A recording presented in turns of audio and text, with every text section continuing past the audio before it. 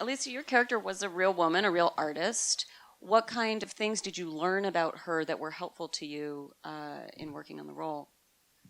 Oh, I think I learned a lot.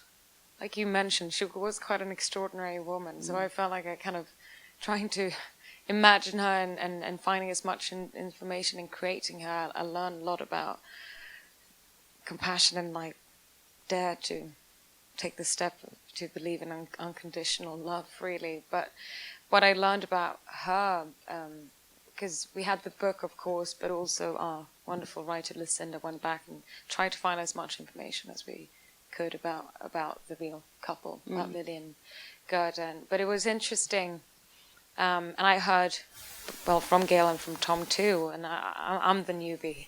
I've only been less than 2 years on this lovely project. But when I read the script, and I was blown away. I went online, like most people nowadays, I guess, and Googled, and I was surprised by how little information I found about this. I mean, they were pioneers of their time, and I was kind of struck by that fact, and also how I guess history and society have somewhere chosen that was not a story to heighten and so to be part of bringing this story to life felt very important.